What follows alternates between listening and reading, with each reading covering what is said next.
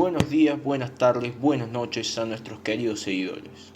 Hoy hablaremos sobre la posverdad y la relación de este concepto con las estrategias de control llevadas a cabo por el gobierno de facto de 1976 en Argentina, focalizando nuestra investigación en el conflicto bélico de 1982 conocido como la Guerra de Malvinas. Para comenzar, debemos definir qué es la posverdad. Posverdad es una palabra que describe la situación en la cual, a la hora de crear y modelar opinión pública, los hechos objetivos tienen menos influencia que las apelaciones a las emociones y a las creencias personales.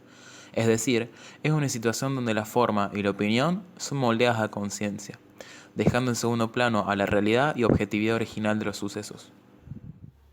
La Guerra de Malvinas, sin duda, fue un suceso importante en la sociedad argentina, plasmada por maniobras por parte del gobierno anticonstitucional para promover la perpetuidad en el poder. Teniendo en cuenta la definición de posverdad que mencionamos anteriormente, existen muchos ejemplos de la misma en ese conflicto, tanto por parte del gobierno como por parte de los diarios y canales informativos. Si nos situamos en el año 1982 y tomamos como base la situación de la sociedad con respecto al gobierno de facto del momento, entenderemos mejor por qué la Junta Militar buscó un suceso tan importante como una guerra para asegurar su continuidad en el poder. Las violaciones a los derechos humanos y los atroces hechos inconstitucionales, sumados a la pésima situación económica, estaban poniendo en jaque y en peligro al llamado proceso de reorganización nacional. De esta manera se llevaron a cabo varias medidas para intentar difuminar las sospechas y tensión por parte de la sociedad argentina.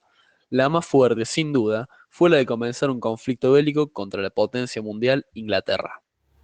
El primer hecho a analizar y tan recordado sucedió 8 días después del desembarco de las tropas argentinas en las islas, ocurrido el 2 de abril de 1982. El presidente Leopoldo Galtieri le habla al pueblo reunido en la Plaza de Mayo el 10 de abril de ese mismo año, y entonando un tono amenazador, dictó las siguientes palabras. Si quieren venir, que vengan, les presentaremos batalla.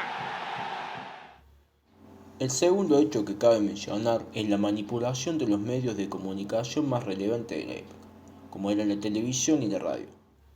La información que se manejaba pasaba primero siempre por la Junta Militar y se decía lo que se quería mostrar, es decir, lo poco que se mostraba.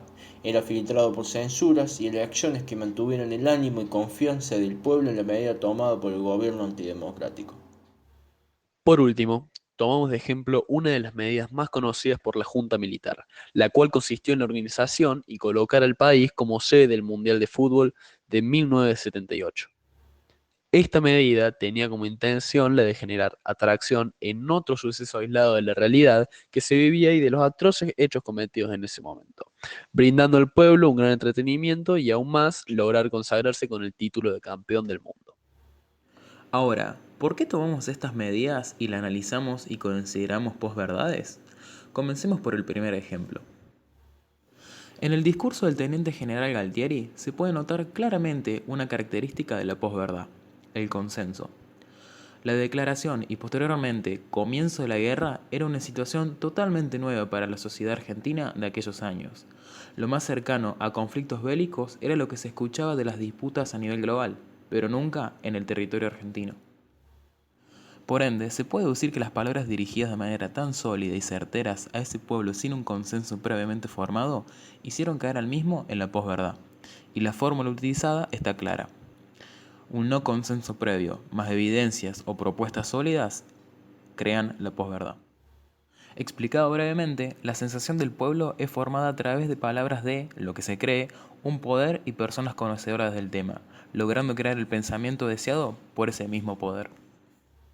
Si tomamos la segunda estrategia, la posverdad es aún más evidente. La manipulación de los medios de comunicación y la información que llega a las personas tiene el suficiente poder para crear una realidad a través de lo que se escucha y se lee. Es decir, las mentiras se asumen como si fuesen verdad porque así se sienten. Se asumen como reales porque una gran colectividad las cree como verdades. Y en ese momento encontramos otro rasgo de la posverdad, la evidencia. La información no significa verdad. Existe información buena e información mala. Pero, ¿cuándo existe solo una fuente de información la cual es totalmente manipulada por el gobierno y sus intenciones? Esto no se dice, está prohibido.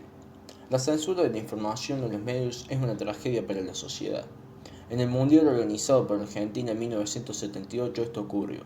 Tras aceptar la localía en 1976 se creó el Ente Autárquico Mundial, que se encargaba de los fondos. Esta institución superó los límites de gasto permitido y por realizar un proyecto declarado de interés nacional, la conducción del mismo no fue controlada ni regulada por la dictadura. Esta manera de planificación estuvo rodeada de corrupción, dando lugar a que los gastos no sean oficializados. El evento de fútbol que tanto significa en el país estuvo vinculado a diversos sucesos que generaban mala impresión en Europa, como por ejemplo el cartel que decía "Vidrio asesino" en pleno partido.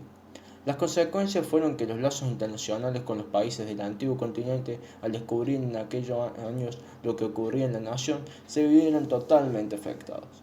Aún así, en Argentina, como menciona la canción de Mancha de Rolando, tu equipo volvió a ganar, y los medios de información, al sufrir de amenazas, utilizan noticias para tapar otras noticias y tener a las masas distraídas. De esa manera, al crear un solo punto de vista a base de la información manipulada, la opinión creada se transmite entre las personas. Del médico que leyó la noticia en el diario al paciente que lo escuchó hablar, y luego le comentó a nuestro vecino, y que ese vecino después nos comenta la realidad de Malvinas. Las opiniones y relatos de personas cercanas no son información certera y apta para saber completamente la realidad de un tema, pero tienen una influencia en nuestro pensamiento. Hasta a veces no creemos en evidencias certeras a causa de esas opiniones. Otra vez, la creación y el papel de la posverdad. Concluimos entonces que la posverdad es una palabra utilizada y nombrada en la actualidad, lo cual no significa que su implementación también sea actual, ya que, por ejemplo, en guerras a mediados del siglo XX y finales del mismo, existen situaciones que afirman el uso de la posverdad. Y la guerra de Malvinas, desatada en la etapa final de 7 años de un gobierno de facto, también posee posverdad, desde su declaración y manifestación al pueblo, como en la poca información manipulada que era divulgada hasta proponer organizar un mundial de fútbol en plena irrupción de los derechos humanos y constitucionales argentinos.